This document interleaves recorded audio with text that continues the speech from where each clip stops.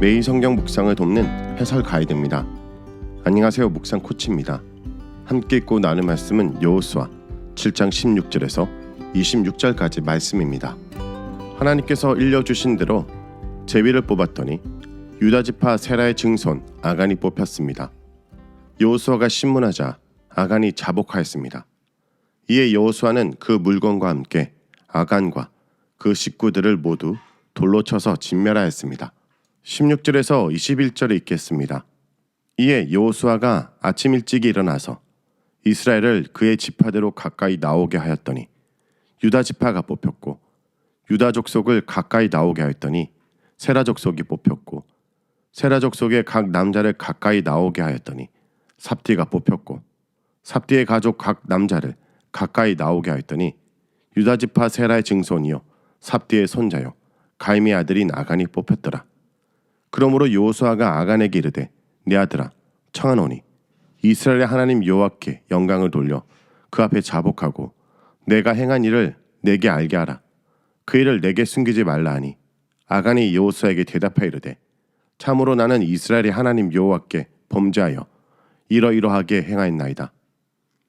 내가 노력한 물건 중에 시날산의 아름다운 의복 한 벌과 은 200세겔과 그 무게가 50세겔 되는 금덩어리를 하나를 보고 탐내어 가졌나이다.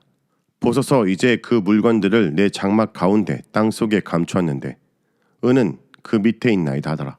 이튿날 여호수아는 아침 일찍이 일어나서 이스라엘을 그 지파대로 가까이 나오게 합니다. 여호수아의 적극적인 순종 의지를 엿볼 수 있습니다. 이에 여호와께서 범죄자를 가려내 주셨습니다. 16절에 유다 지파가 뽑혔고 라고 번역하고 있어서 마치 유다 지파가 제비를 뽑은 것처럼 들리지만 동사 잡히다, 체포되다 라는 뜻으로 제비를 뽑은 것이 아니라 문중 남자들을 다 소집하여 해방 문 앞에 세웠을 때 여호와께서 그를 꼭 집어내셨다고 볼 수도 있고 움님과 둔님을 사용해 제비를 뽑을 수도 있습니다. 17절에 유다 족속은 원어가 미시팍 하트인데 우리말에서는 문중이라고 하면 더 정확합니다. 이것은 흔히 지파라고 번역하다가 여기서는 갑자기 족속이라 옮겨졌습니다. 유다 문중에서 세라 문중이 잡혀 나왔습니다. 18절에 삽디의 가족은 원어로는 집이란 뜻입니다. 삽디가 문중을 이루지 못하고 있는 상태여서 가족 성원 중에 아간이 잡혀 나왔습니다. 삽디의 아들은 갈미이며 갈미의 아들이 아간입니다. 그런데 갈미는 그냥 가족에 대한 언급이 생략된 채 바로 아간으로 넘어가는 것으로 미뤄볼 때 갈미에게는 가족이 없는 것처럼 추정됩니다. 아간이 아버지 없이 자랄 수도 있는 것입니다. 마지막으로 잡혀 나온 사람은 유다 지파 아간입니다. 아간은 자신을 철저히 하나님 앞에 세우지 못하고 불순종하였으며 세상의 근심과 야망에 자신을 넘겨주고 말았습니다. 가나안 점령의 초두에 생긴 범죄가 유다 지파 사람이었다는 사실은 나중에 남왕국 유다 지파 왕들이 하나같이 범죄함으로 이스라엘이 망하여 가나안에서 추방되었다는 사실과 묘한 대조를 이룹니다. 다윗 왕궁의 유다 지파 왕들은 하나같이 헤렘을 어기고 범죄하였습니다. 왕국의 멸망을 초래한 사실이 아간의 범죄와 무관하지 않게 여겨집니다. 여호수아는 아간을 신문합니다. 그 일을 내게 숨기지 말라. 범죄 행위에 대하여 신문하는 장면은 출애굽기 32장에도 나왔습니다. 이스라엘이 시내산에서 금송아지를 만들었을 때 모세는 아론을 신문합니다. 모세의 추궁을 받은 아론은 백성이 악하기 때문이라며 백성 탓으로 돌리고 책임 회피하였습니다. 이때 모세는 아론에게 아무런 징벌도 주지 않습니다. 아론에 대한 심판은 하나님의 몫이라고 생각한 것입니다. 아론은 직접 금송아지를 제작해 놓고 막상 자신의 책임을 백성에게 전가하지만 아간은 여호수아의 추궁을 받았을 때 솔직하게 죄를 인정하고 자백하였습니다. 참으로 나는 이스라엘의 하나님 여호와께 범죄하였습니다. 아간의 대답에 참으로라는 것은 강조부사까지 첨가하여 그의 고백이 진정한 회개를 담고 있음을 표시합니다. 그러나 때가 너무 늦었습니다. 유다 문중과 세라 문중이 다 나오고 그 다음에 삽디의 가족이 지명될 때까지도 고백하고 있지 않다가 이제야 말하고 있기 때문입니다. 마침내 여호와 하나님께서 그를 꼭 꼬집어 지명하여 나왔습니다. 여호수아가 그를 체포하여 신문하기 전까지는 그는 끝까지 실토하지 않고 버틴 것입니다. 기회주의적인 태도로 일관하다가 정작 심판날이 다가왔을 때 회개한다면 그때는 이미 늦은 것입니다.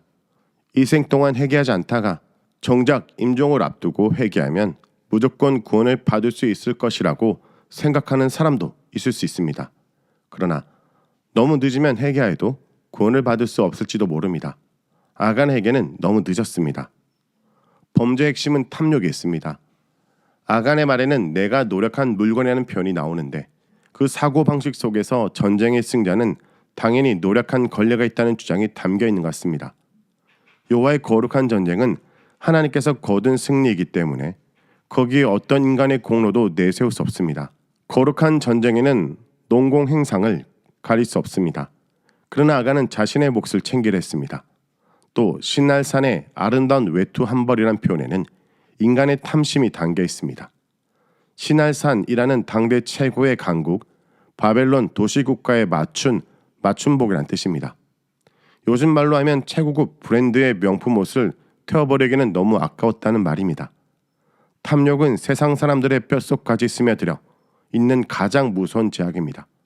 이 탐욕에 져버리면 곧장 우상숭배의 왜곡된 삶으로 빠져들고 맙니다. 은과 금과 명품 옷을 장막 속에 끝까지 숨겨두려 했던 것입니다. 또 은 200세겔과 50세겔 되는 금덩어리 하나를 숨겼다 자백합니다. 여기서 1세겔은 약 11.5g 정도 됩니다. 22절에서 26절을 읽겠습니다. 이에 여호수아가 사자들을 보내매 그의 장막에 달려가 본즉 물건이 그 장막 안에 감춰져 있는데 은은 그 밑에 있는지라 그들이 그것을 장막 가운데서 취하여 여호수아와 이스라엘 모든 자손에게 가지고 오매 그들이 그것을 여호와 앞에 쏟아 놓으니라.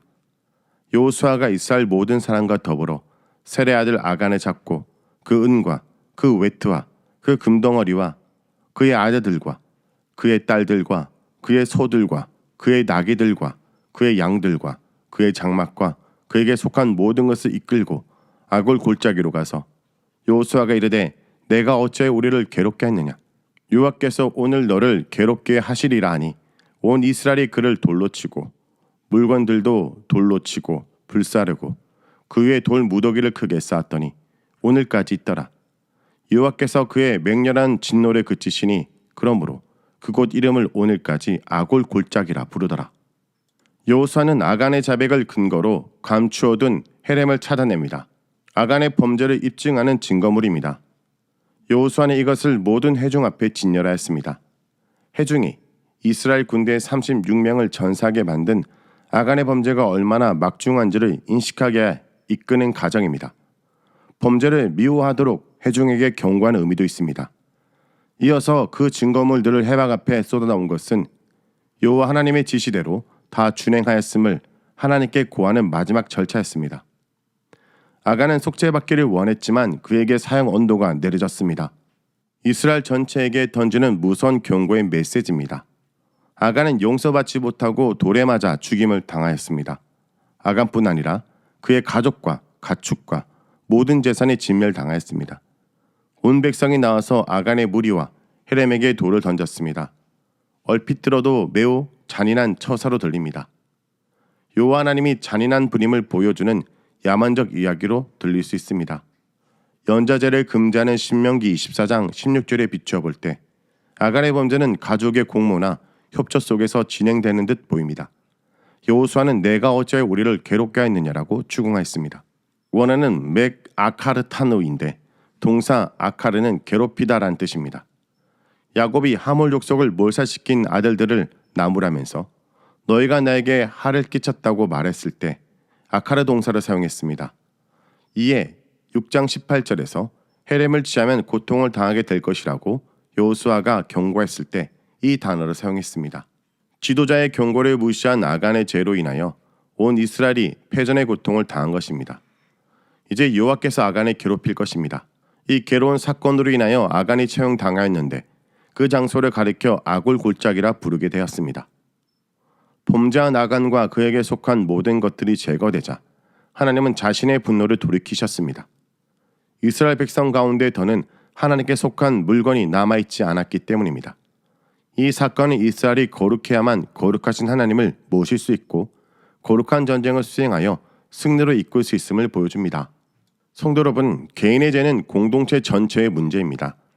아간 한 사람의 죄로 공동체 전체가 그 죄책을 지게 되었고 심각한 위기에 처하게 되었습니다.